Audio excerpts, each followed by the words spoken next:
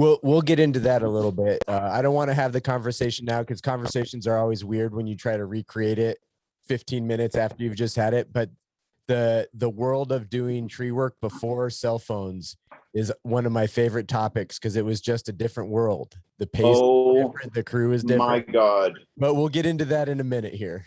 Yeah. A matter of fact, here, let's get going. I miss those days. Oh, me too. Me too. Yeah.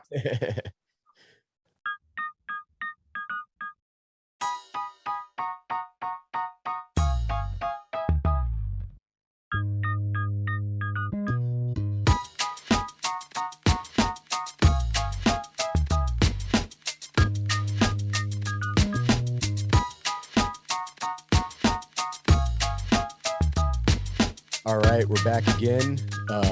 And this week we have a guest, somebody who's been in the Pacific Northwest for quite a while now, and I really look forward to our conversation. But before we get too far into it, I'm Andrew.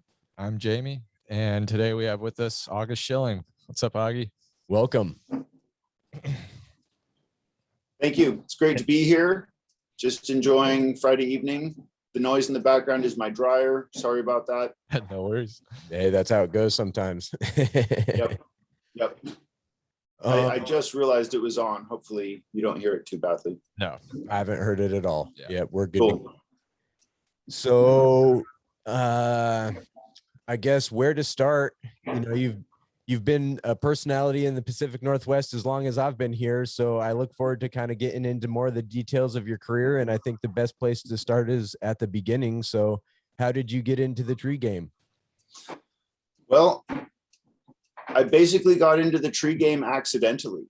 I was a recent college graduate and had kind of felt like I had wasted a lot of time during my education not skiing. And I decided that I was going to be a ski bum for an indeterminate amount of time. I figured, 3, 5, 10 years. I just need to get a lot of skiing in because I've missed a lot of skiing. right. And to get from June until December, I needed work. And I had a place to stay at Lake Tahoe and a job opportunity with a tree service. And basically got with a tree service as a groundsman that summer and had a lot of experience rock climbing during the college years. And so when the boss found out that I was curious about climbing, that I had the rock climbing experience, and that his grumpy old climbers were kind of sick of the work, he asked if I was interested in trying. And the grumpy old guys kind of challenged me, they were like, "You'll never be able to do it, blah, blah, blah." College boy was their terrible nickname for me.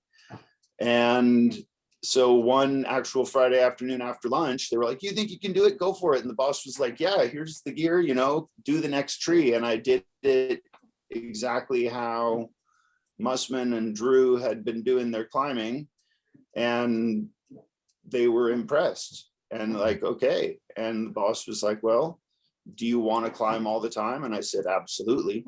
And basically became a climber after I had been on the job for maybe a month and a half. And that's the accident. At that point, I got a significant pay raise and it was really fun. And basically that changed my life, and I've never really looked back. I mean, I sometimes think, well, yeah, I did want to be a journalist and everything, but in many ways, I'm having that same kind of self-expression through my life as an arborist, communicating with other arborists, training young arborists, helping people out. I get to write reports. So I feel like I accidentally discovered the industry, and here I am. And in a way, 30 years later, like, my education is coming into play more and more as my role evolves in the industry.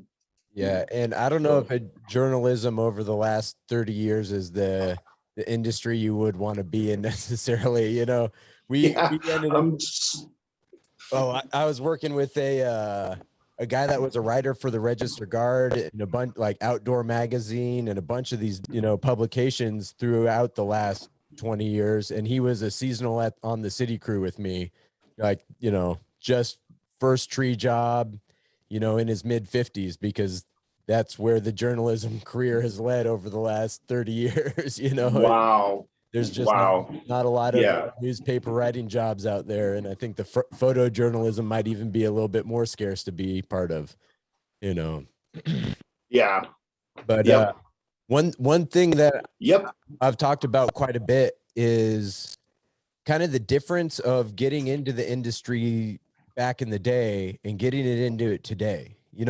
One, I was kind of surprised to hear that you're climbing after a month. When I started climbing, it was like, you got to work the ground for a year. You got to prove yourself for a year on the ground. And it seems like nowadays it's more and more that guys will come in and just, be able to get into the tree. And I've thought that was a big part of like, YouTube and all these other resources that people have to kind of almost like cheat codes for getting in the game. Right. And maybe Yeah, I mean, I think background, but what do you think that was? I guess what are the differences that you've seen between between when you started and now? well, in those days, to a great extent, tree work in the High Sierra was like the wild, wild west.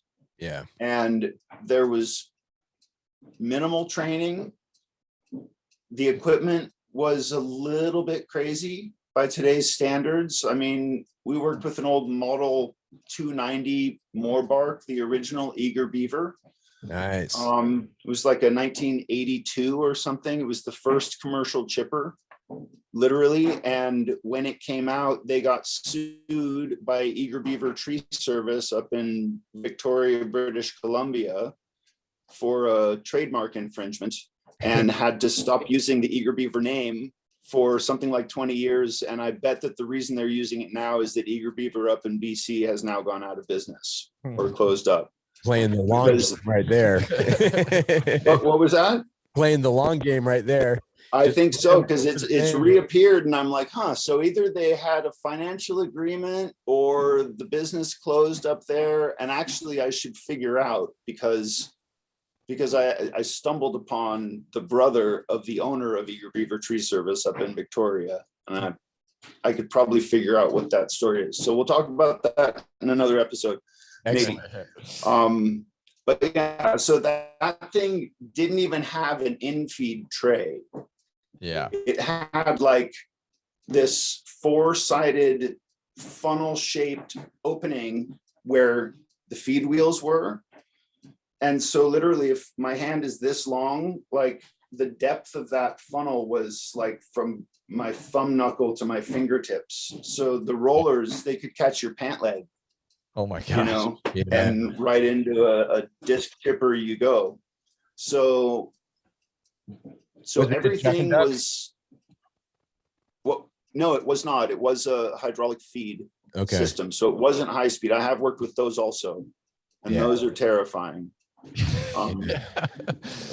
But they get the job done. Almost a miracle of physics that they don't destroy themselves.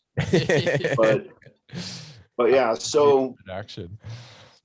What was that? I've never seen one in action. And oh, really? Yeah, they're crazy. Yeah. Yeah, I've seen them. I've never had to use one, thank goodness. Because it looks absolutely insane. I mean, the name Chuck and Duck it's no joke. That's the training. Like, you just throw it and get the hell out of the way, because it pulls it in as fast as the wheel's turning. Wow. Yeah. So the pieces basically, they start at like 20 miles an hour, and by the time the branch tips are going in, they're probably going 60 miles an hour. They're just gone. Yeah. Wow. It's crazy. But yeah, and logs just kind of violently get eaten. The self-feeding of a larger piece is kind of terrifying. Very loud. But they do it. They get the job done. They're simple. There's less stuff to fail. I think that's probably there's still, I think Asplund still uses them. Really? And yeah. Wow. I Wow. think Alltech still makes them for Asplund. Wow. They're possibly the only company that still uses them. That's crazy. Yeah, I was looking at a little I was looking for dump trucks for my weekend gig. Yeah. And I came across an old, it must have been like a 66 International, and it was a chip truck where the gearboxes were. There was a probably like 4-inch chuck and duck fit where the gearboxes were. So you could On the side. so you could feed it in the side and shoot it straight back. And Right. the truck was way too rough for me to purchase it. It wasn't, I wouldn't have been able to drive it home, and the amount of money I would have had to put into it to get it running. I wanted it Right. because it would have been so cool to like just cherry it out and have a classic International with like this old. I actually had this. I've got an old 9-inch Vermeer, one of the old 900s, and I wanted to see if I could move the old Chuck and Duck and put like just cut it off the chassis and put that 9-inch. That would be awesome. Place, but the dream just didn't come true. I'm instead going to try to turn that 9-inch into an electric chipper, but that's a whole nother story. Oh, cool. That's amazing. So Yeah. was that truck up there in the Eugene area? It was in Lapine, which is outside. It kind of I think it's south of Bend. Yep. And so it was in the winter, and it coming from Lapine to Eugene, you have to go over 58, which is a pretty treacherous pass, and it was a snowy, icy weekend. Right. And this truck, there was linkage on the shifter and linkage on the gas. And then there was something else like the shifter, you like had to hold it in the gears or it would pop out. And the gas pedal, the linkage was out. So there was like a rope holding it up. And while I was test driving it, the rope like untied. And so the gas pedal started flopping to the side. So by the time I'm driving it back into this guy's driveway, like one hand I'm holding this rope up so I can engage the gas, and I'm kind of like putting pressure on the shifter, just trying to drive. It's like, dude, I would love to buy this. Maybe if we were in Eugene, I'd do it on like this crazy project mode, but there's no way I'm driving this over the 58 pass and making it home alive. So that would not be a fun drive in circumstances like that. That'd be crazy, but it was a sweet rig, man. I still think about that one. But yeah, that is from a different. So explain what was the system you first learned to climb on? Oh God. Man, I'm gonna text you a photo right now. Oh, cool. Oh, nice. So basically it was spurring up everything with a wire core flip line and a belt. Not even no leg loops. Like a lineman belt. And just a climbing belt. Yeah, like a lineman belt, basically. In fact, and back to the Wild Wild West. So I was using my boss's gear, and he just thought leg loops and butt support were just a hindrance. And so he had literally cut them off. So he had this really nice leather padded back strap, basically, with D's on the side. And a wire core lanyard with that reversible. Well, I don't remember even what the hitch is called. Just like a motor fist. What was that? Oh, the one for tending your slack. Exactly. It's basically and it just a half hitch. It's a half hitch through your D. Exactly. It locks on itself. And then he had that's the old school way of doing a ring around a portion of it so it was reversible. Yeah. Because normally if you hang from the other end, it'll just pull through really fast and you'll fall. But if you find some way to add a point of friction, and I wish I had a close-up picture of that because it was kind of cool, because it meant that you could pass branches with both ends of the lanyard.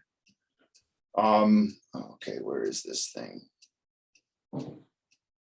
Yeah, that is an old school way of tending your lanyard. I've seen people do that. So basically, which is crazy. doing it like that in the first place. But With going with just a lanyard. or when you just have that knot tying off just a lanyard. Yeah. And that's how they used to do it with the chain also, right? Because obviously it'd be hard to do a chain with a rope grab, so they like feed it through itself. Yeah, it's the only way to work with a chain. Yeah. How far we've come. Yeah. That's right. So no pressing, a half hitch. So you sit in it and it kind of grabs itself. Yeah, no, literally it's like an adjustable knot. So like you tie it off to itself, and the knot is loose enough so that you can kind of adjust it to give yourself more or less slack. Okay. Yeah, it's as crazy as it sounds. Yeah, awesome. Yeah, let's see, the tail goes. I could do it if I had it here in my hands, but I'll try and find a picture and send it to you in the next day or so. That'd be awesome. Oh, this is a great picture that you sent us. Yeah, that was 1992. My second summer killing dead trees. We were working the second really big beetle kill in the Tahoe Basin. And so it was just like 10 removals a day for 2 summers. Wow. Nice. Pretty amazing. So just learning basic rigging. So anyway, yeah. So on ascent, just using both ends of a lanyard, passing branches, but mostly since it was removal only, our system was just cutting off branches on the way up. Yep. Yeah. Obviously, we weren't sophisticated enough to understand that if you leave as many branches as you possibly can, you're going to get more dampening from them as the tree moves around. It's going to actually make it safer. So, I mean, there's pretty much nothing I do the same anymore. Yeah. Except wear a hard hat and safety glasses. Although safety glasses in those days were like Ray-Bans underneath a visor. Yeah. So you had to look cool all the time. So then the crazy thing for getting out of a tree, if we were going to pull it over with a rope, the boss provided us with a big old steel carabiner and a steel rescue 8, and we would just lower down on the rigging line. Yeah. Yeah. But if it was a chunk down job, you just climb up on your lanyard, climb down on your lanyard, never have a climbing line with you. It was really an interesting company. It was interesting doing removals only. At one point, there was an issue of arborist news lying around, and I was flipping through it and asking the owner, his name was Drew, questions about, whether or not he was interested in becoming an arborist. I not knowing that we already were arborists, we just weren't that kind of arborist. Yeah. And he said, "Oh my God, are you crazy? Could you imagine like climbing a tree with a pole saw and cutting deadwood all day? Like that would suck." And I was like, "I guess so." I mean, because what we did was like just totally aggressive, fast, constant movement. Yeah. Not really worrying about anything. And what I love about pruning is you're really helping trees. And I pretty much only do target pruning, no vanity pruning. So I really feel good about what I'm doing. But I do worry about what it's going to look like afterwards. Yeah. And how it's going to respond and how the client's going to like it. And if there's going to be something that annoys them after they look at it for a year. Do you want to describe the difference between target and vanity pruning for people? Sure. So when I say target pruning, I basically refer to the things that the trees need and specifically identifying them before getting up into the tree. And generally what I'm looking at is things that are about to fall out of the tree and do harm. Mm-hmm. So big deadwood, broken branches. And then the next thing I look at is branches that are going to fail and do harm. And so then I just basically look for end weight reduction.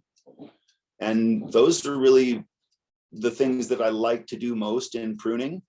Yeah. And that's basically what I try and sell to my customers. I explain that they're saving money by only doing what the tree actually needs. They don't have to have me around for as often or as much. And the tree is happier because you're not nitpicking it. And literally there are all sorts of great reasons to leave the tiny deadwood, like nesting material for birds. Yeah. Not even joking, but literally, Yeah. if you pick every tree to death, crows and blue jays, which basically are twig builders, are screwed. And then the squirrels will go nuts and they'll strip the rest of the tree out. Yeah. So, and they'll take all the live wood.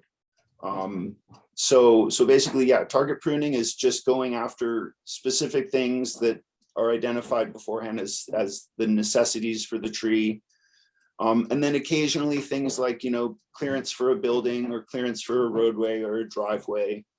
But when I say vanity pruning, the counter, I won't chop a hole through a canopy to viewscape somebody's tree so that they can see whatever mountain it is or whatever sunset it is. The Vista prune. The Vista prune. Yep. So Yeah. reducing canopies for views. So yeah, viewscaping, or it basically is all viewscaping. It's either like elevating conifers to get the view back, or cutting a hole through one, or cutting a hole through a deciduous tree. I really try and avoid that. Yeah. The other one is the building clearance. Someone wants the tree 40 feet above the building, and it's like, what are you doing? If you have a failure up high, you're giving that thing 40 feet to pick up inertia. Yeah. In fact, if it has 40 usually feet, changes their mind. yeah. And yeah, remind them also, if it has 40 feet, it will definitely land butt first. Yeah. Like That's a good one. like a dart. Yeah. Chook. Oh, Just stuff it right through their ceiling too. yeah. So yeah. I've encountered that a lot in the commercial world, where you have, apartment complexes and they literally will ask for 40 feet of clearance. And you ask them why, and they're like, because I don't want you back here in 3 years. Or they're really thinking that if they do 40 feet, they can go 20 years without another arborist visit. Yeah. Well, they might have a failure and then you'll be there, picking up after it. Yep, exactly. You'll have the top half of a tree fail the other direction. Exactly. And smash somebody's car in a windstorm. The other one I love is I just don't want any needles on there. And it's like, you could take this whole side off and you're still going to have needles in that gutter. I mean, that's how it works. Yeah, no, I know some of the arborists that, were mentors for me and that I really respect have got to a point in their career where they have enough of a clientele where they're not, they don't need more work. And so they just tell people, I'll do what the tree needs. Yep. And I it's perfect. It's like an electrician or a plumber. You don't tell them how to do their job. You don't tell them oh no, run the electricity over here, or maybe the plumbing, maybe you should use this other fitting for the plumbing. People recognize them as the expert and the person that knows, so they just get out of the way and let them do their job. Yep. And I wish that's, the difference is, in a lot of ways, is people are so emotional about trees. Yep. And they have their opinion. So it kind of makes it's a good and a bad thing. Because if you can harness that emotion in them and turn it into a positive thing where they love their tree, then that's ideal. But the downside is emotions can go the other way too, But I've been trying to do that more and more, where I just say, hey, this is what the tree needs. And of course, if there's one branch and it's not going to make a difference for the tree, or, if there's that little difference I can make that'll stoke them out, I'll do it. But more and more, I try to stay away from going crazy, Yep. It's like I'll lift a canopy if I'm getting light for another tree below it, but I'm not going to lift a canopy like that for your view, Right. Exactly. And then, down in Southern California, lacing out trees is really popular, where they literally will ask you to basically lion tail all their trees, because they want to see the architecture of all the branches. They want to see further up into the canopy. Yeah. Yeah. But, you know, and it all comes from misunderstanding. It all comes from the fact that trees are actually complicated organisms. Yeah. And that people don't study trees. People don't really go down the botany route. If they're biologists, they usually go into pharmacology or human medicine, you know. So trees are pretty misunderstood. And so people really see them as like this inanimate object, about as sensitive as a stone, and you can do anything you want and it'll just still be a tree. So we really do have a big responsibility to educate our clientele as to what they are and why they are more complicated than that, and why we do have to be careful with them. Yeah, there's some really cool, and I'm sure you've seen it, some of Susan Summers' research about the way trees communicate through the mycelium network. Yep. And how they're really realizing that trees have a nervous system. You know, Yep. there's trees that will react and that you can train. There's certain mimosa trees where if you touch the leaves, they'll contract. Right. And you touch the leaves and contract. But if you do it enough times, they learn that that's not a threat. And so then they won't contract when you touch that leaf again. And so, and that shows that tree is learning. It's understanding that this input creates this response, you know, and it's not the same way we do, you know, so don't get me wrong. It's not like training a dog, but there's more to it than just a rock, you know? Yep. It's fascinating. Absolutely. And even if they want to just see it as, you know, inanimate's not the right word, but just this structure in their backyard. Well, physics, let's look at that. You know what I mean? Yeah. Over pruning is going to lead to, it's going to be counterproductive to what you're trying to do. Yeah. You know, I just did a canopy reduction on a beach the other day, and it has a big history of failures, you know, so we kind of waited till the dormant season. We're going to go pretty heavy on this thing. But the client was standing on his porch the whole time, like wanting me to just strip the thing up. He kept saying, yeah, all those horizontals, those fail. Can you get those? And I'm like, all right, man. We'll talk about this again. Yeah. Just over and over. But yeah, Right. the time to educate it. It got on my nerves a little bit, but if I can help him understand, you know, then that's a win. Yep. And that's, you know, that's one of those communication skills that we're constantly developing as arborists, sort of like how to communicate, how to educate, how to do it calmly and clearly, and not have it make it so that you spend the whole day talking to your client from the canopy of the tree instead of making cuts and snipping away. Yeah. Because that's really the thing. When they start asking a million questions, it's like, well, I really thought that I had explained this pretty well during our consultation. Yeah. You know, but yeah, you have to humor them. And especially if they're really insistent, then you have to like ramp it up to educating them. Mm-hmm. Yeah, that's an interesting one. You really have to kind of build that rapport and build that trust with them, you know, because if they don't trust you, then they're going to try to micromanage you. And that's when it goes south fast. Right. Many levels. Fat fingering, as they say. Yeah. That same job. So that beech tree, big, awesome beech tree, it shares properties, right? And the one neighbor, you know, we've had a long relationship, and she just trusts us to do absolutely everything. So it was like the dynamic, like she would come out and be like, oh, this is amazing. And I would tell her what I'm doing. She's like, perfect, you know, and then he was up there like, get rid of all of it. Right. Yep. Yeah. That's how it goes sometimes. We do more than just cut on trees. So how did you go from kind of take down, crew, no leg strap, just get after it, tree work, to becoming, you know, a kick-ass arborist? That was actually, that was one really cool employer here in Ashland.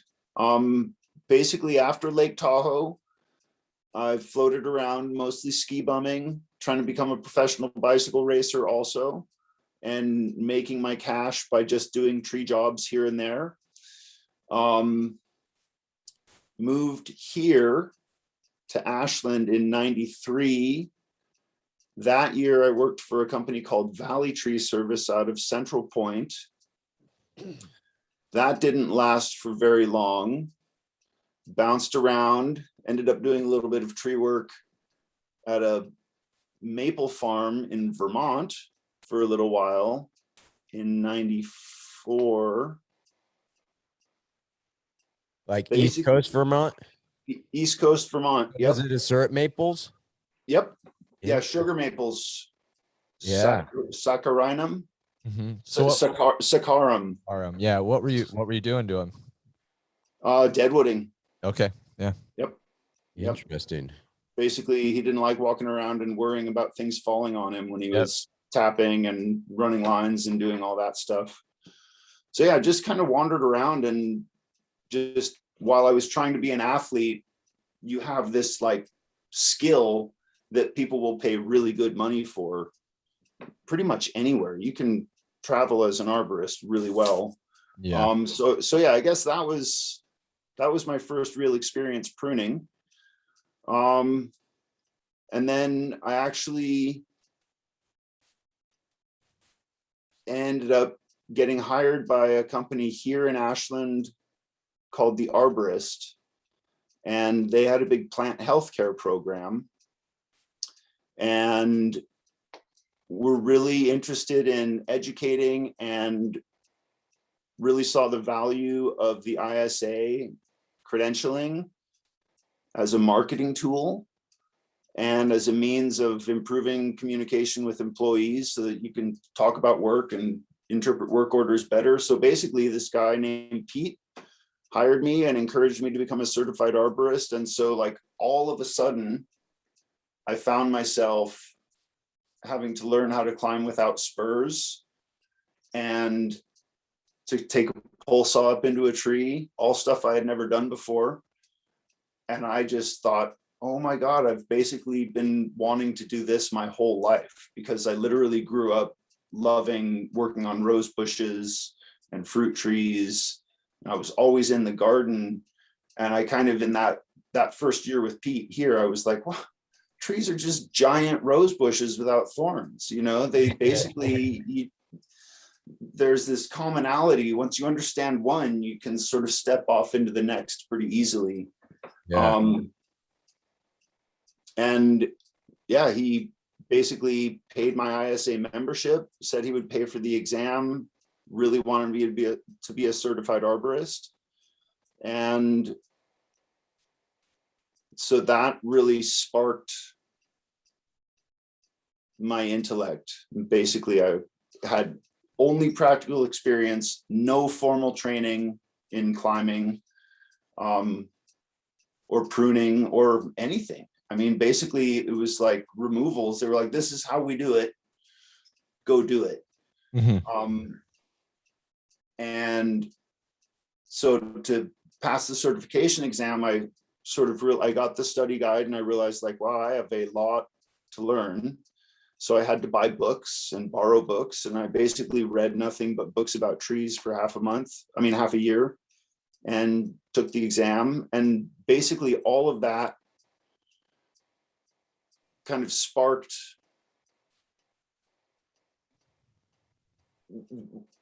pre-existing intellectual curiosity. You know, I was already a nature lover. I all through college and everything, you know, you go out in the woods with your friends on a weekend and do crazy stuff. And by the end of Saturday, you're going, oh my God, everything's interconnected, you know? And so I think the process of studying for the arborist exam, learning how to prune trees, learning how to climb without spurs, being in a hippie town here in Ashland, it totally changed the kind of arborist that I was going to end up being. Because like I said, prior to that, I would have been, you know, nothing but removals and maybe heading into the logging direction. But when I realized that actually, oh yeah, getting up in a tree with a pole saw is really amazing, and you really can make a difference. And then you start to get the satisfaction of a client coming home from work and just going like, whoa, that's amazing, after you've mistletoed their oak or something like that. Yeah. I just love all of it. And you know, don't get me wrong, I still absolutely love removals. They're my favorite puzzles. And as I was mentioning earlier, I still love the fact that you don't have to worry about what they look like at the end of the day. You have no concern about how it's going to look. It's just got to be gone. And I do love that. And I love rigging, and I love communicating, and I love training. So seeing a big complicated removal come off smoothly with everybody doing their roles and being flexible and moving from role to role and having good teamwork and good communication, I totally love that. Oh, that's so rewarding. Oh man, it really is. Like, oh yeah, we've got the coolest team ever. That's a really great feeling. I think that's built into our DNA. You know, I mean, it goes back, I'd imagine, to hunting big game and like the whole tribe working together to bring down this big game and bring home some food, or you know, accomplishing these goals that keep the tribe alive. You know, and you kind of tap into that on those big removals. Yeah, definitely, absolutely. So yeah, I certainly love doing removals, but there's just something spiritually fulfilling about pruning trees. And they're also, you know, as a nature lover, they're the daily surprises. I mean, weird encounters with birds or finding stuff in trees. I don't know if you've ever found like a necklace 50 feet up in a tree. Or, you know, I've got, can't find where they are, but like a really cool antique ice tongue, silver plated, with crow's feet. I found one of those like 30 feet up in an arborvitae hedge that I was removing. Weird. You know, I'm like, this is weird. They had a bike in a sequoia. Whoa. Was it like 60, 70 feet up? Probably 70, 80 is a way up. It was right next to a skate park, so I think it's kind of obvious what happened, you know. Right. But talk about working together as a team to accomplish your goal. No kidding. Some kids that had fun with that one. It was all the way at the top of this giant sequoia. I mean, it was I was kind of proud of whoever did it. To be honest with you. Absolutely. I like to imagine they just sent it out of the bowl.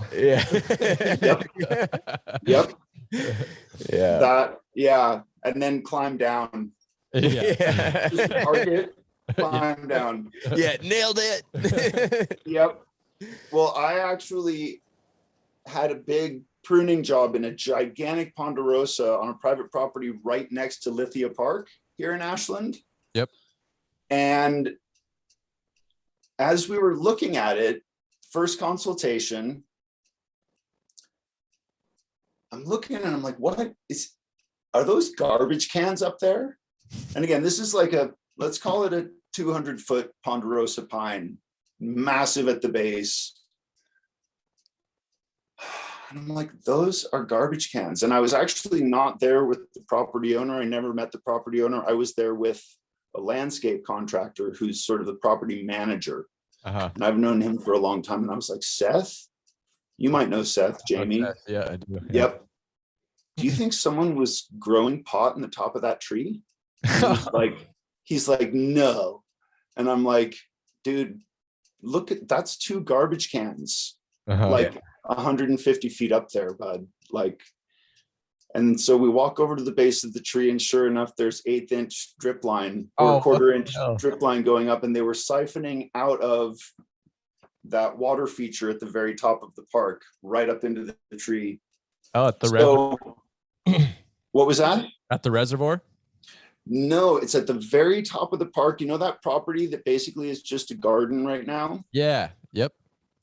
That property. Okay. There's a yew hedge and there's a gigantic ponderosa Yeah. pine that goes right up.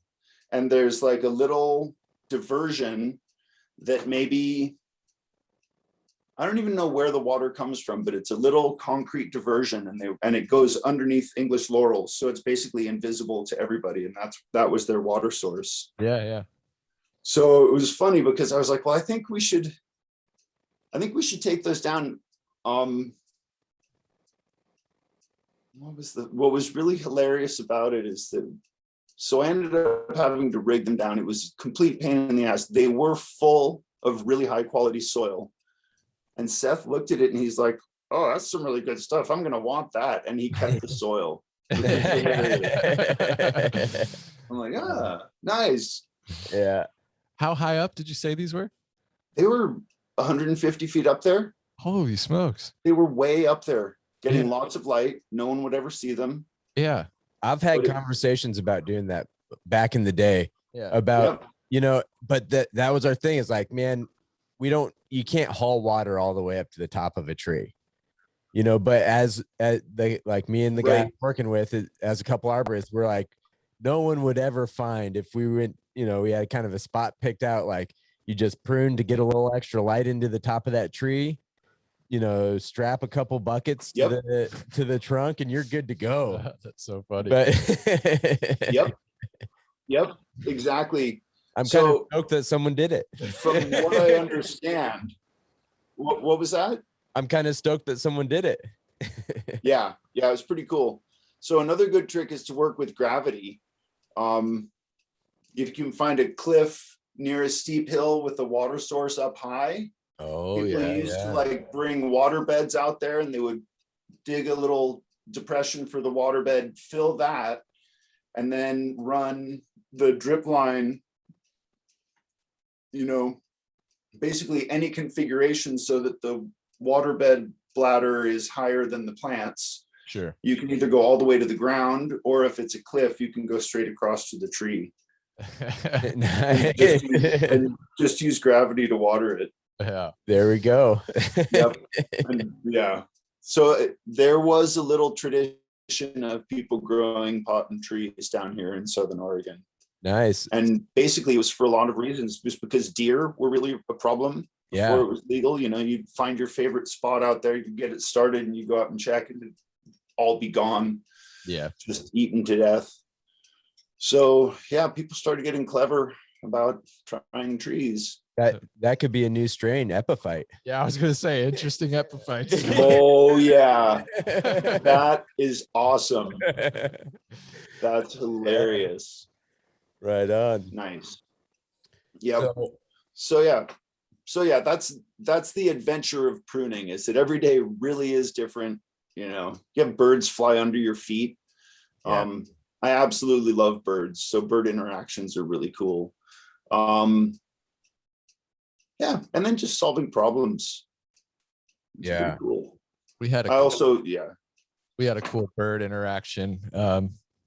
Piece of deadwood, this sucks, but it happened, got tossed out, and there was a nest in there, right? So the ground crew, we kind of all stopped, you know, morale went to a low there. Yep. Everyone stops. We pieced it back together, you know, got some like throw line or something, kind of tied this piece of deadwood back together in the cavity. And then we were getting it back in the tree to secure it like right where it was, basically. Yep. Cool. Talk to the clients afterwards, but it was some kind of little sparrow. I think one of the crew looked it up. I wish I could remember what it was, but there were two of them checking out their nest as it's being raised up to me and the other climber. And one of the birds landed on Becca, like on her rope runner.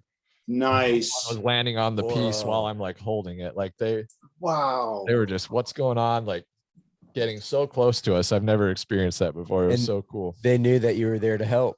Oh, yep. Yeah, they probably would not have been within that close, you know, landing on the rope runner if they you as a threat. They're like, you're putting this back, right? I gotcha. That is awesome. Yeah. Yeah, I had a very sad moment like that where I was removing an oak and had thrown into it. Yeah. And hadn't realized that I had climbed past a cavity. So at the end of the day, I was chunking down. It was a white oak, you know, weird, lots and lots of tops that aren't that big around. So I was just chunking it out. And I literally fell the section that I had climbed on that morning, just flopped out like a 6-footer. It landed on some rocks and exploded, and a screech owl came out. Oh, wow. And what was crazy, like its little circadian reality, its ability to locate itself in space, it flew right to where the hole had been in the tree, and it was like flapping around in midair, going like, "Where's my tree?" Yeah.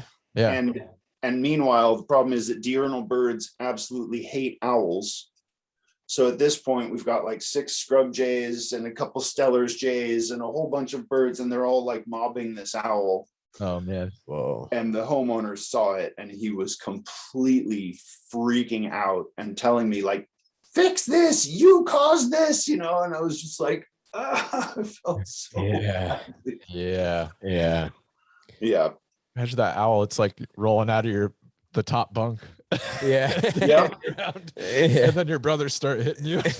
Yeah, exactly. And all of a sudden it's daytime. Yeah. Yeah. So Wow. Yeah. No, yeah. that kind of reminds me of one of my lows in my tree climbing is I was removing this giant fir, you know, kind of on the edge of a fir forest in South Eugene. And I send out this top, and it comes down, boom, hits the ground. And I'm looking down, you kind of looking down and watching him start to process the tree on the ground. And I see this little critter, and I think it was a red tree vole, come running Wow. to the top and then run up the trunk. I just watch it kind of spiral, run up the trunk, Yeah. and come right up and stand right on the face cut and just stare at me, just like a couple like nose to nose with me, just stares at me. And it was just like, dude, I'm sorry, I didn't know you were there. And it just kind of That there. is amazing. Yeah, for like That probably was a vole. Yeah, I mean, it's very possible. It's on the edge of a fir forest. Yeah. It was probably 150-foot fir. It was just this giant fir, and it just kind of stares and then just runs back down. And we ended up finding a nest with like probably 4 babies in there, and it was just to be honest, heartbreaking. Yeah. And they were the sweetest little critters.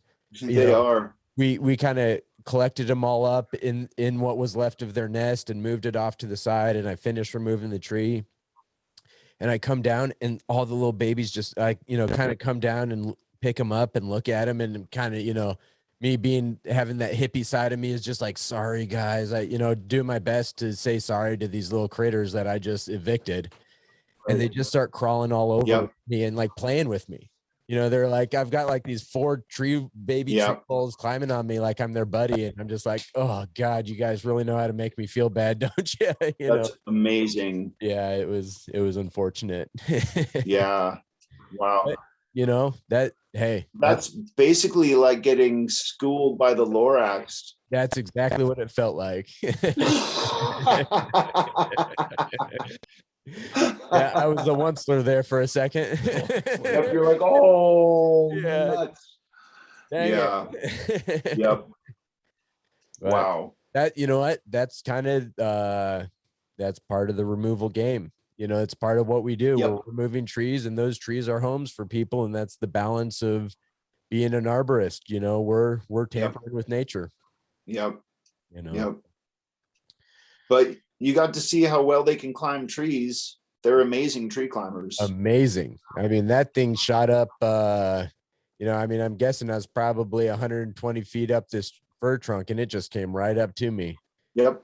Jumped on the top and stared at me for a while. Yep. Yeah. So the males, literally, I think they can go like 200 feet in like 30 seconds or something like that. Up their big gigantic firs.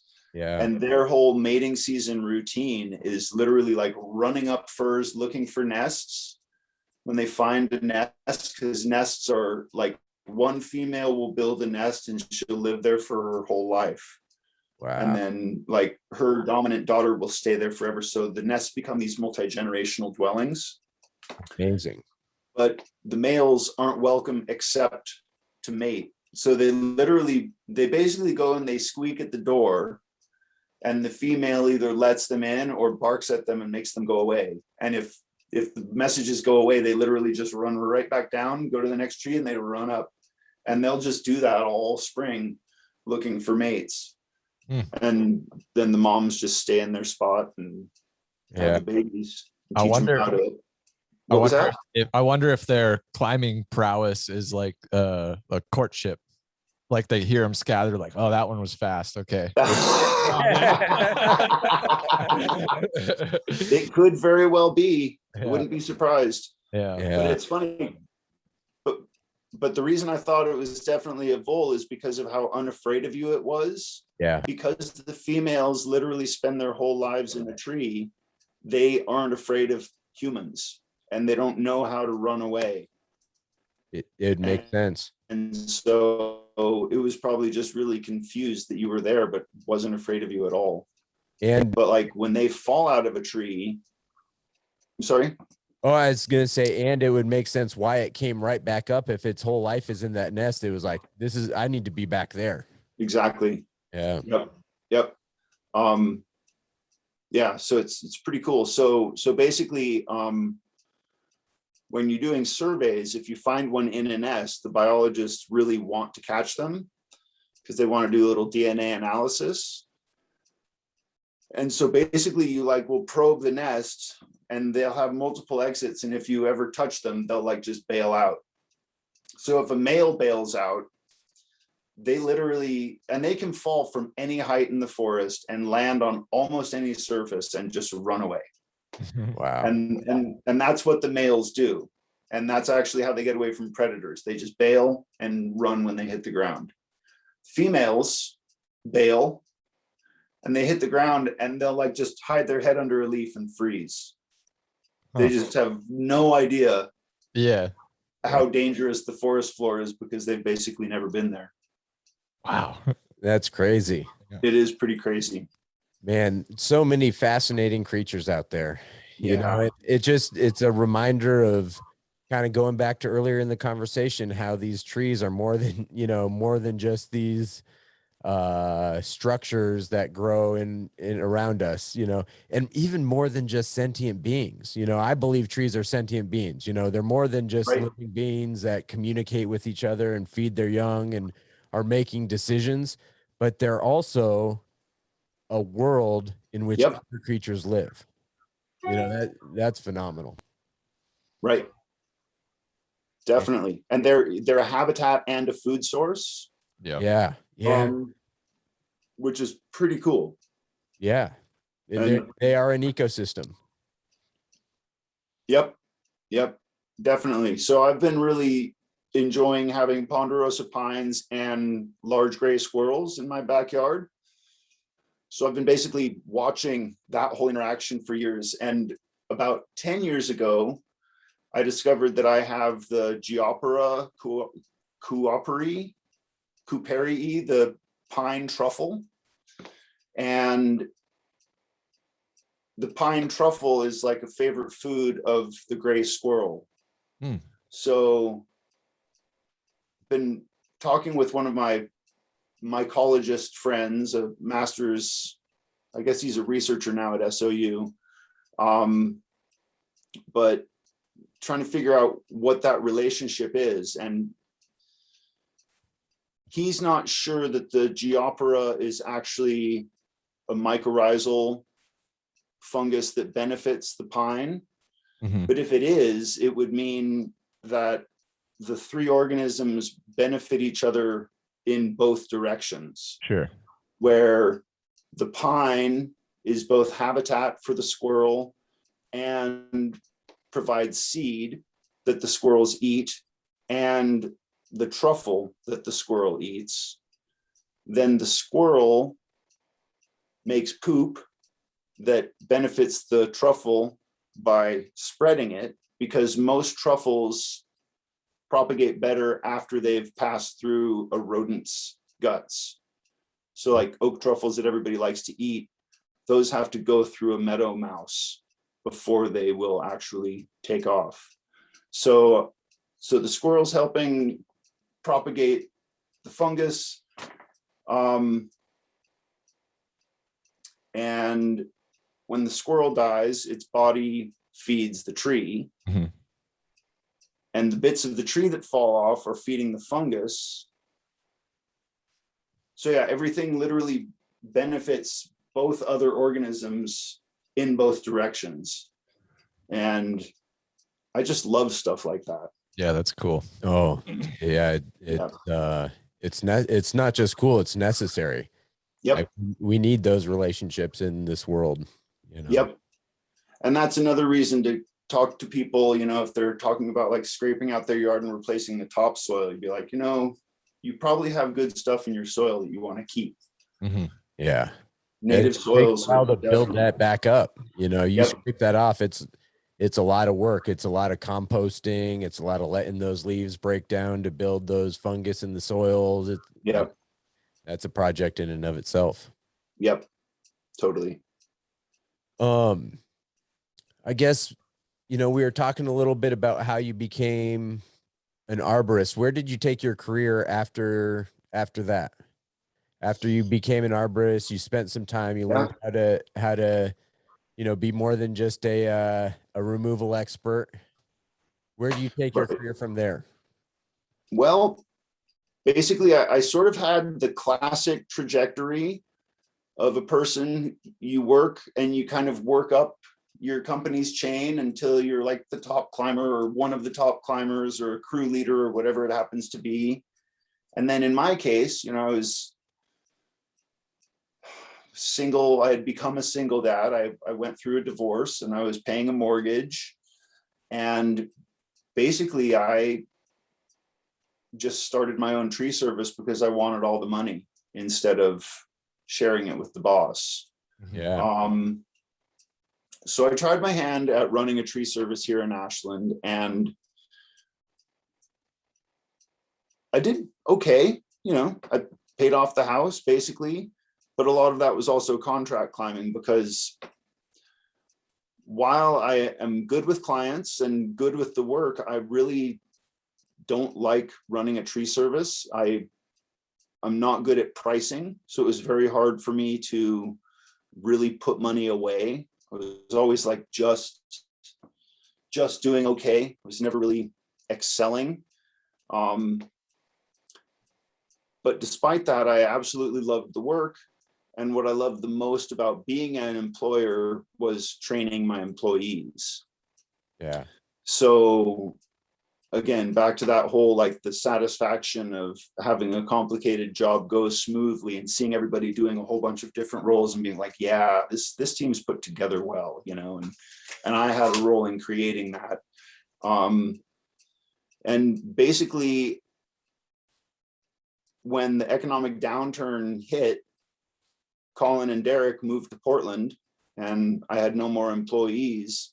And I just went full on into one-man jobs down here, or doing 1099 cooperation jobs with other one-man shows, or contract climbing. But when I was training with the village arborist here with my employees, I became aware of Arbormaster, right? The company that preceded North American Training Solutions. And I was like, that's something that I could do. I would love to work with a company that just like travels around and trains people. I really thought that was the dream job. And so basically, as I moved away from running your traditional tree service, and as I traveled around as a contract climber, and as I did a lot of competitions, every time I met someone from first Arbormaster and then North American Training Solutions, I would basically, like, you know, give them the little elbow, like, hey, how do I get on board there? You know, like that's something I'd really like to do. And they'd be like, well, you know, yeah, you'd be a good match, but we're not, you know, keep asking. Now's not a good time, but keep asking. And Eventually I was doing a contract where the two other people on the job were both instructors for North American Training Solutions, and one of them recommended to Ed that I come on board. And so that's how I got to where I am right now. Basically just doing my time, asking lots of questions and networking like a madman. Mm-hmm. Yeah. So what does that look like working for North America Training Solutions? What's a day in the life of Augie these days? What I do mostly for them is site safety. Okay. Where we go out into the field on big utility projects and make sure that everybody in the field is adhering to industry best practices, local regulations, and then of course their host companies' administrative controls. You know, so basically we just go out there, gather data, and basically then report to everybody what we're finding out. And in some cases we are able to do on the job training that sort of goes assignment by assignment. Mm-hmm. Sometimes companies will want to pay for that, but know that they'll get less information in the reports if we're actually in the field doing trainings. Yeah. So that really depends upon the client and the project. But basically it's a lot of, you know, going out and finding crews, doing the job and introducing myself to them, getting them comfortable enough that they just will work with me around. Yeah. And then as I see things, I definitely, you know, it's not like I'm just writing everything down and leaving. Like, I feel like that would be a disrespect to the workers. So I really do try and interact with them during the course of those days. I tell them everything I'm seeing. I do make recommendations, you know, we call them corrections. So even though I'm not doing on-the-job training per se, I'm still telling them what the expectation is and what they're supposed to be doing when I find them doing something that really needs to be addressed. And then with the reporting, we basically compile data where over a pretty short amount of time, we can identify for a company where their labor forces weaknesses and strengths are. So you can focus on the weaknesses as they design future trainings. And it's really awesome because I feel like we as an organization have developed a fair bit of trust. People know who we are now. They know that we do like to train. They know that we are there to help and to support people in their work and to make them more efficient and safer. So yeah, it's nice these days. We get out of the truck and people start asking questions like, hey, what would you do here? And is this the right thing to do? And so we have that rapport going. And yeah, it's just working really nicely. I guess I'm losing my train of thought a little. How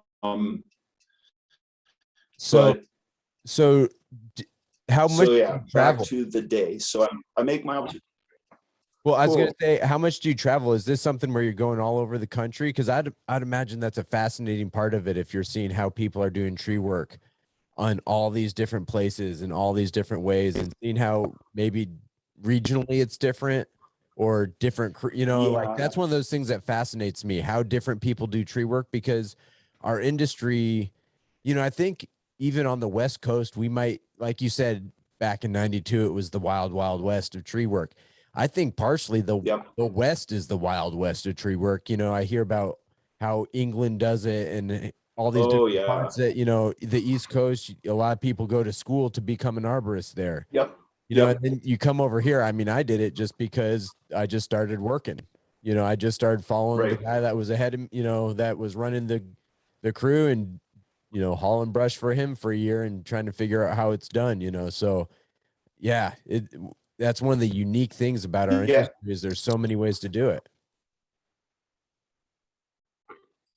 Yeah, exactly. So most of my work is West Coast. I mean, basically they've sent me as far as Connecticut, but these days there's so much work in California with when the utilities are, doing line clearance. They tend to be really big workforces out in the field, so they need more eyes on them. And then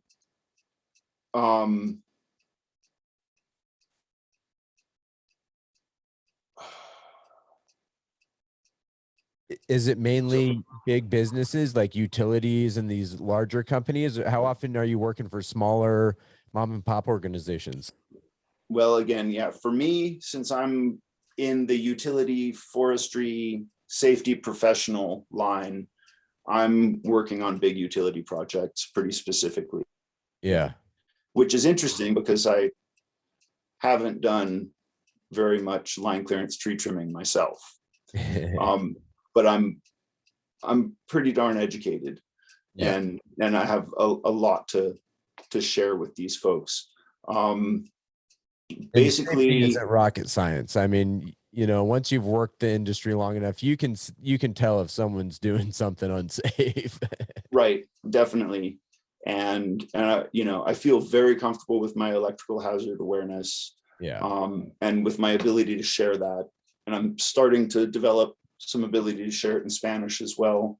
But yeah, basically between what we call routine line clearance work, which is sort of just the ongoing practice of keeping trees away from power lines, and then cleaning up after fires. There's basically endless work for me in California.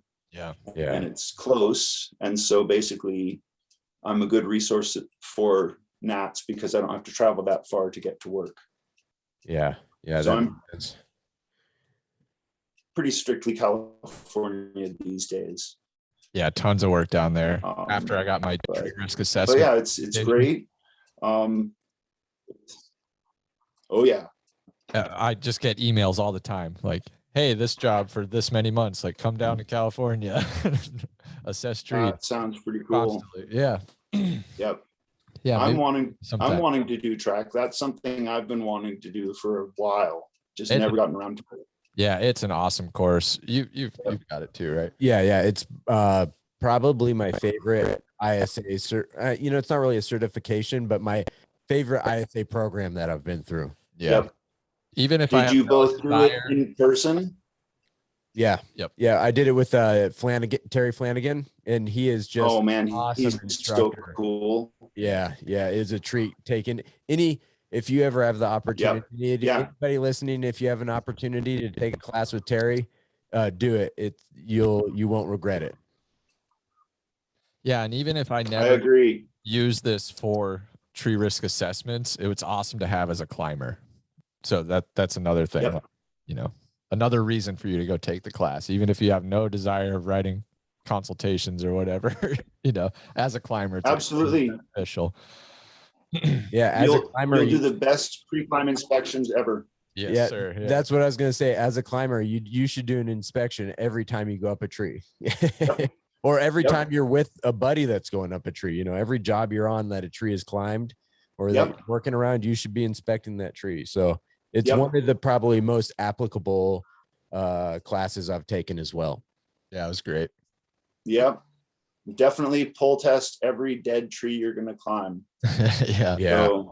So and that's a little segue.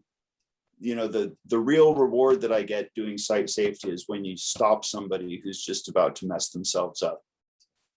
Yeah. And I did have a climber who was getting ready to climb into a big dead, well, not big, a small-ish, maybe a 60-foot dead red fir way out in the middle of nowhere. And he was just getting ready to scamper up and take the top out of it.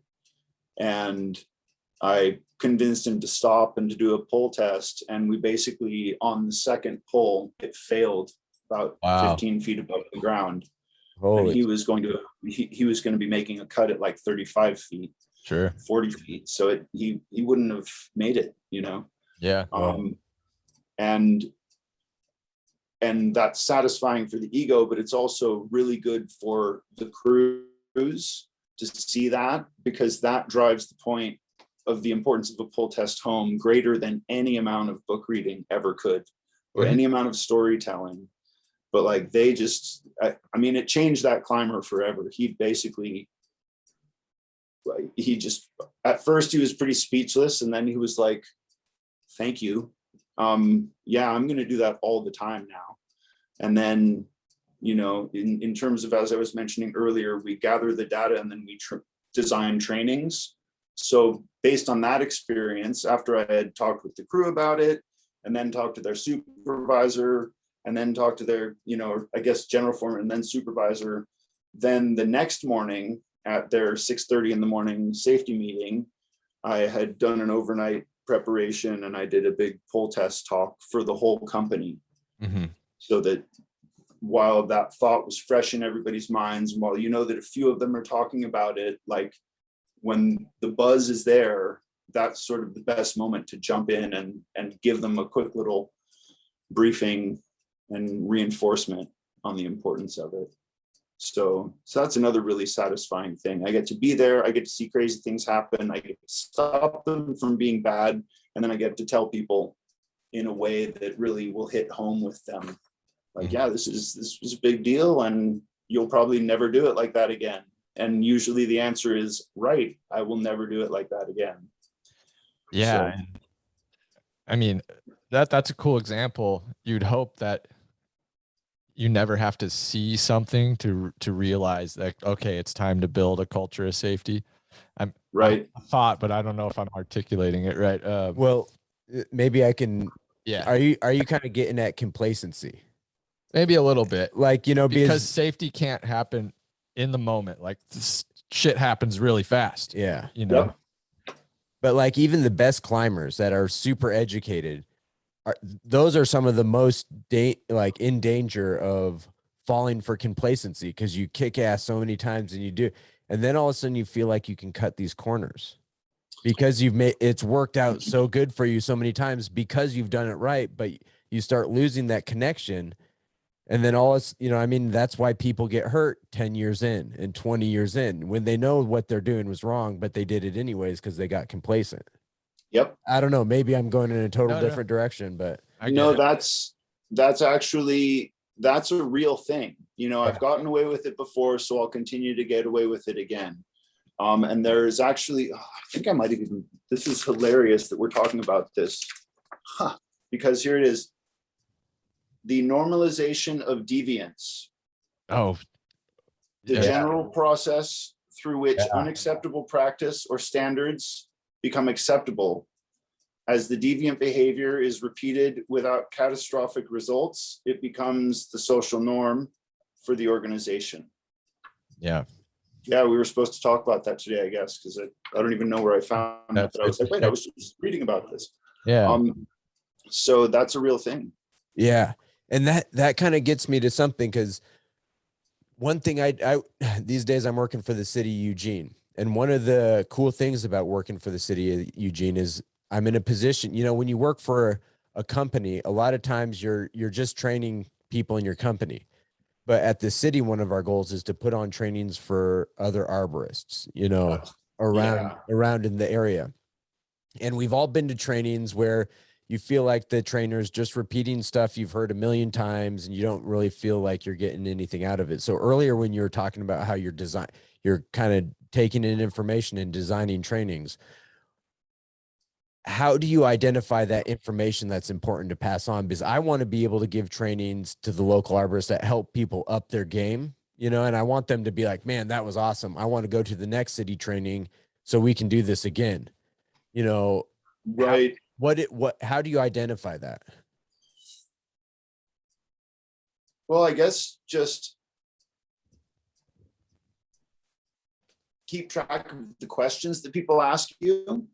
Yeah. And, you know, the sort of, I guess so I was just gonna, boy, that's a really good question. So obviously doing site safety, when it's not a near catastrophe like that, or an actual catastrophe, Yeah. it's sort of identifying trends. You know, okay, so I'm working with these 4 crews and I'm noticing that, you know, I've got at least, between climbers and sawyers, I've got at least 4 people that are kind of mindlessly shifting from right-handed to left-handed operation with their chainsaws. So you sort of identify trends. Yeah. And you realize, like, okay, this company is probably going to need to have a chainsaw training, because you start to see that maybe inconsistent use of a chain brake.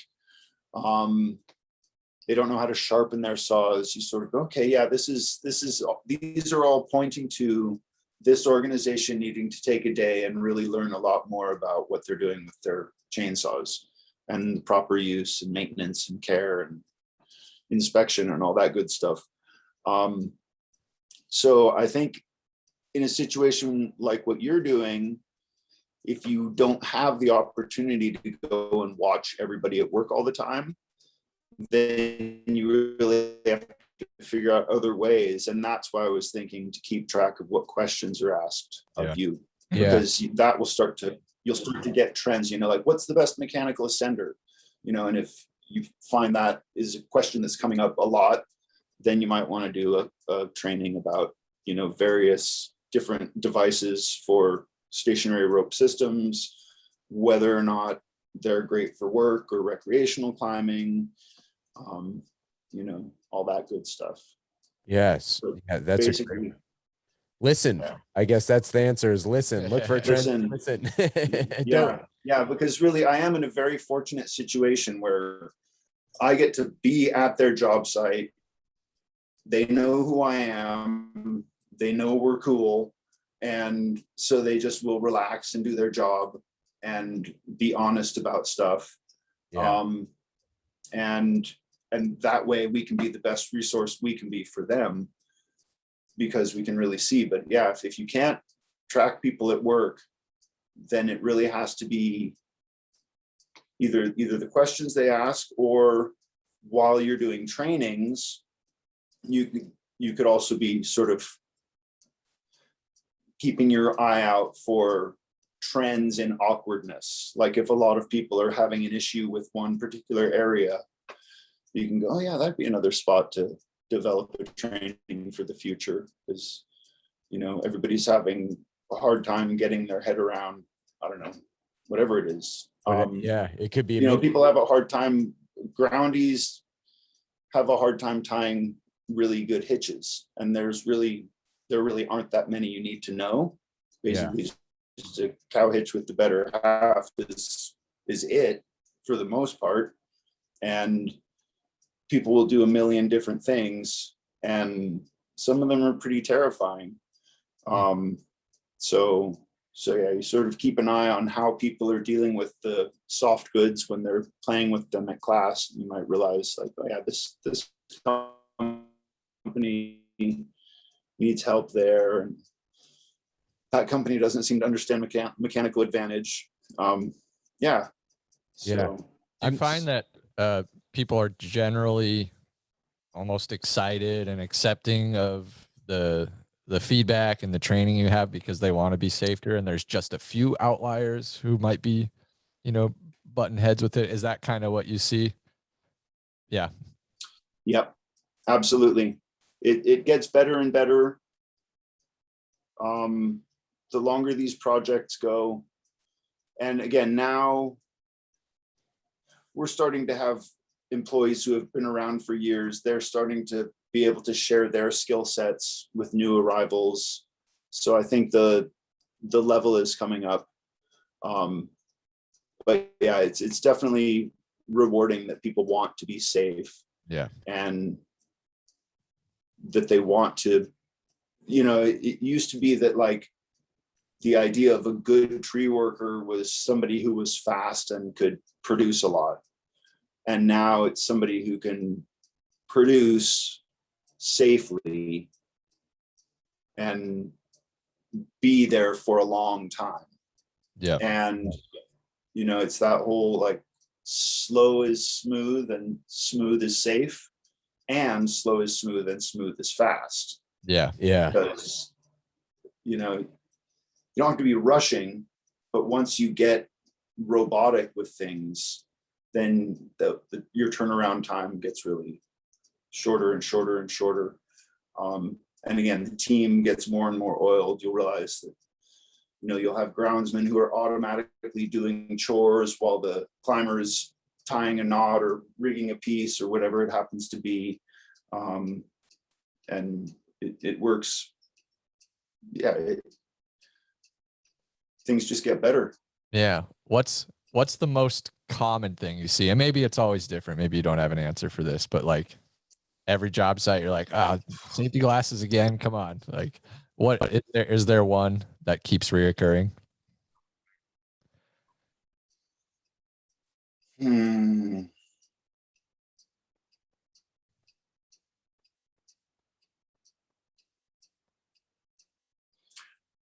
I don't know if there is any one thing. That's probably why the work's so interesting, because it's like, wow,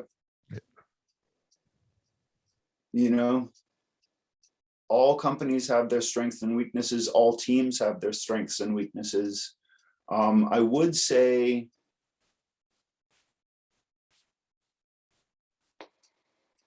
most common thing. There's nothing that's popping up as the most common thing. I see it all. Yeah, that's good. That's a great answer. Yeah.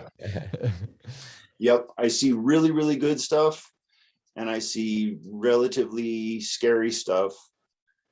But again, what's really awesome in my world is that I've run across a little bit of resistance in the last couple of years, but I haven't really run across somebody who was unpleasant about it in close to 3 years. So that means that I think that really means that we're doing our job right. Yeah. And that the word is out, that we're there to help, and that we're there to make people better. We're not there to report people. We're not there to get people in trouble. We're there to up their game. So I really appreciate that these days. Cool. But yeah, seeing everything and having people want to be told what they're doing wrong, that's incredibly satisfying. Yeah. When you walk up to somebody and you show them something and they're like, whoa, thanks, man. I never would have thought of that on my own. You know, none of us have that much experience. We just haven't learned that yet. Yeah. And, you know, they'll adopt it and they'll remember you for it. And it'll make them safer, and it'll make them more productive and happier down the road. Yeah. That's probably a lot of what it is they just don't know any different. That's just how they were shown how to do this thing, right? Yeah. Well, just like me in those first couple of years with my, you know, waist belt climbing harness, like I knew it was unsafe. I didn't know how unsafe it was. Yeah. It never occurred to me that I might injure myself in a tree and have to escape. Yeah. And have an ability to lower off on a rope. That just had never occurred to me at all, because I was so like success driven and the company was so production driven. And yeah, we had completely normalized deviance there for sure. So yeah, I think a lot of what got me through those first few years was just luck. Maybe being healthy, but yeah, I was thrown to it. Yeah. I've talked about it on here a couple times, but I think that back then, before the internet was around, before everybody had a cell phone in their pocket, and there was this disconnect between kind of, it was like the rival tree care company, because you looked at them as the competition, and as we've become more connected, we're all buddies. We go to the competitions and we see each other, and it's like, hey, Augie, how's it going? It's nice to see you. What have you been up to? Instead of you're that guy that drives that other truck around town, and we kind of scowl at each other as we drive by, and so you flip each other off across the street. yeah, but that's how it was. It was weird. That was Lake Tahoe in the early 90s. That was Eugene. I mean, I started in the late 90s, but that was Eugene in the late 90s. I think that's how a lot of people were. And it's just really cool to think about, going from there to a place where, where you couldn't even forget like exchanging trade secrets with each other. You weren't even talking to each other, if you're the competition. Right. And now you're working for this company, which allows you to go to all these other companies and be, you're welcomed in as like, hey, what can you teach me? What can you show me? This, that's kind of cool. I feel a little bit of the same way at the city, because my agenda isn't anything other than trying to help all the tree guys get better. Because if all the tree guys are better, they're doing a better job taking care of the trees in the city, which is benefiting the urban forest, which is helping us accomplish our overall goal. So it's cool to watch the industry go through that shift, and what a great spot for you to be where you're at, being able to have an influence and have it change on that level. And if you have a tree company out there and you're listening to this podcast, look up Nats, look up somebody that can help come in with a different perspective, because I think it's so important.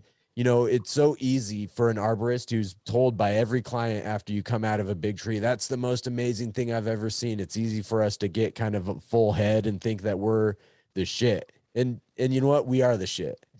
But it's also important to humble yourself and to understand that you have to get another perspective, and that other perspective might be able to, even if it's just 5 or 10% better of a company, that's 5 or 10% adds up a lot over a long time. And so it's so important to humble yourself, to bring in that outside help and help your company become better. Where do you think the industry is going from here? What do you think the next step is for the tree industry?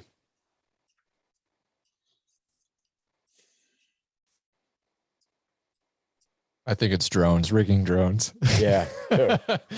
Well, I've actually, there's definitely an application for drones for installing climbing lines. Yeah. Oh, and people always laugh at me, and Jamie probably knows where I'm going with this, but I think that someday drones are going to be powerful enough and reliable enough, so you're going to be able to hook your climb line into a drone, hover it up over the tree, and then just descend down into the tree off of that drone.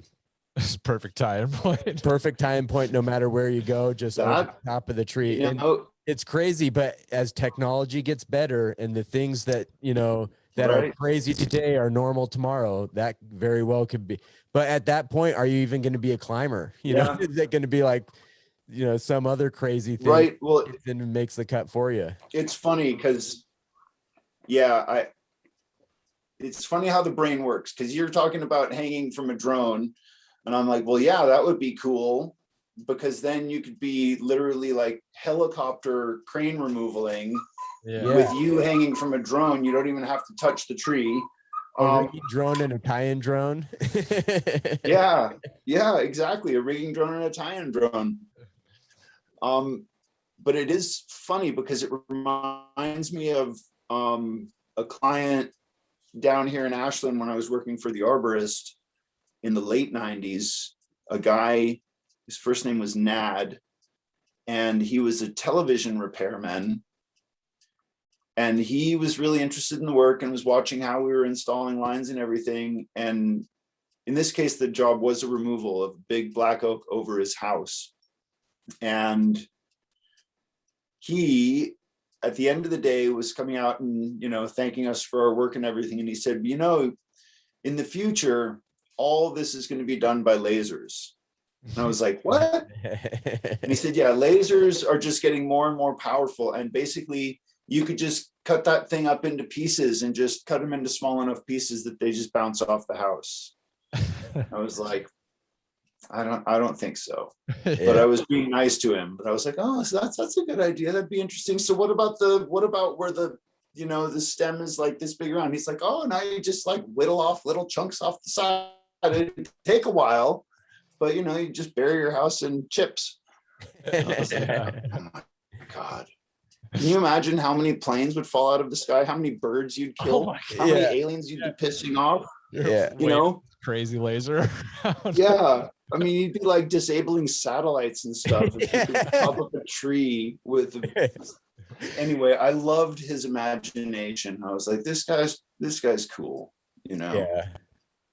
So well, and the reality is it's not going to be drones. It's not going to be lasers. It's going to be something that we can't even comprehend right now.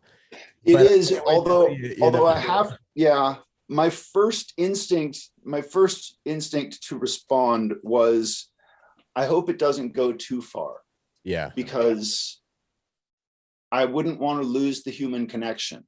You know, I do know that, for instance, in the UK, their safety culture is astounding. And in most countries that have socialized medicine, the safety culture is astounding because the state is paying for everybody's accidents. Yeah. And so the state then will have vested interest in keeping people safe. And so the state will then work harder to educate people earlier on in their careers. So we basically lack that. But I do know that in the UK, in their perfect world, if they could get there, they would never have a human climb a tree again. And really, that was the whole, you know, those spider lifts and everything. When those started to hit the scenes, you know, there were a lot of voices in the UK like, okay, cool, we can finally stop climbing trees and avoid all those accidents. But so Andrew, you just had the conversation with Craig Bachman and he brought that up. He went to the TCIA Expo and he just noticed all this equipment, just iron everywhere, big machines everywhere. And he made the point that climbing will still happen, obviously, but it's going to be more specialized. It's going to be a little more rare because the cost of training a new climber to get to a point where they can do big technical removals is way more than buying that tree mech thing with the saw that grabs the tree and puts it, you know, whatever. So the Cenoboggan. Yeah, more focused on hard to reach places is where the climbers are going to go. If you can pull a piece of equipment up to the tree, then that's what's going to happen. Yep. Yeah, absolutely. Yeah. All those boom mounted harvesters are crazy. Yeah. It's amazing. Just like constantly blown away. I do get to see a number of those. I get to see ridiculously gigantic chippers. Yeah. It's pretty cool. But it's also it's like, wow, that's an amazing machine, as I cringe because why are you chipping a 4-foot log? Amazing lumber or anything. Yeah. So well, kind of crazy. I don't know. Do you got anything else you want to add before we wrap it up? Not at the moment. It's just really good to catch up with you guys. I guess I just want to reinforce how you were talking about the community of tree workers that is a relatively new arrival. And maybe it's because of the internet, whatever has created it, it's really, really cool. Yeah. And for me, I got into the comps before I even really had discovered the internet. So, but really that was where I discovered networking as an arborist and making friends with arborists in other areas and staying in touch with folks. And that really, I think, is what's going to drive our industry forward the most, is just sharing everything. I think they call it a collegiate learning environment where everybody is just there to share knowledge, not to compete with each other, but to support each other and to help back each other up. And I feel really strongly about that. You know, I am so grateful for what I call my traveling tree tribe. You know, this crazy group of people that are like, you know, thousands of miles from end to end and side to side. But every time we group up together and do something, it's awesome, and we're safe, and we're learning from each other, and we're supporting each other. And so, yeah, if you're working on developing that kind of a community up there, keep it up, and I'll try and help as much as I can. Sweet. Because Sweet. yeah, I love it. That's how we learn. Yeah. Yeah. I love it too, man. We missed out on, I guess, like 2 years of the ISA comps, you know. And I know, but now we have Naom. yeah, and we now had a little taste of it. It was so awesome. It was so good to see you, Dude, and the it whole, was great to see you. yeah, the whole tribe, like you're saying, man. I got Yep. fired up. Yep. I got back, Yeah, that was. and Andrew and I put on a little mini competition with friends last weekend. We had a I aerial saw that. remaining, and then a work. I saw your. Yep. Saw your post on Instagram. Great Yeah. job. That looks awesome. I wish I had been there. Yeah, so much fun. Yeah. I plan to do more. I kind of want to grow this into something. Yep. That was Cool. kind of the first step. And next That was a weekend, good step. yeah, next weekend, training the company I work for, we're gonna do a similar thing, and let's keep this ball rolling because it's my favorite part of tree work. Yeah. Right on. Yeah, and we would love Yep. to see you at one in the future. So we'll keep in touch as we do them in the future, because really all the podcast, these trainings, this is all about building that community, you know. So yeah, Yep. you are part of that community now. You were before, but you know, now you're on the tree thinking program. Right on. with us. Glad to be here. Yep. A lot of times we wrap Sweet. these up with kind of final thoughts. I feel like we kind of just did that. Yeah, I was gonna do that, but I just didn't know if you had anything else you guys wanted to say. Anything, Augie? Final thought? Andrew, say hi to Rob and Will Fan do. and Teresa for me. Will do. It's been too long since I've seen them all. Yeah. Well, hopefully Yeah. we can make that connection soon. Yeah, I'll let you know if I'm passing through town. I really want to get up towards Portland sometime soon. Got stuff to do, so I'll let you know if I'm passing through. Sounds good. And hey, if you are, you'll have to come on in person. Come to the garage here and do a tree thinking with us in person. That'd be great. That'd be fun. Awesome. Well, I guess I'll just wrap it up by saying stay safe and keep learning. You too. Thanks. Yeah, thanks, Thank you. Augie. Yeah, my pleasure. It's good to see you both. You too. And yeah, thanks for including me in this. This is cool. It's our pleasure, man.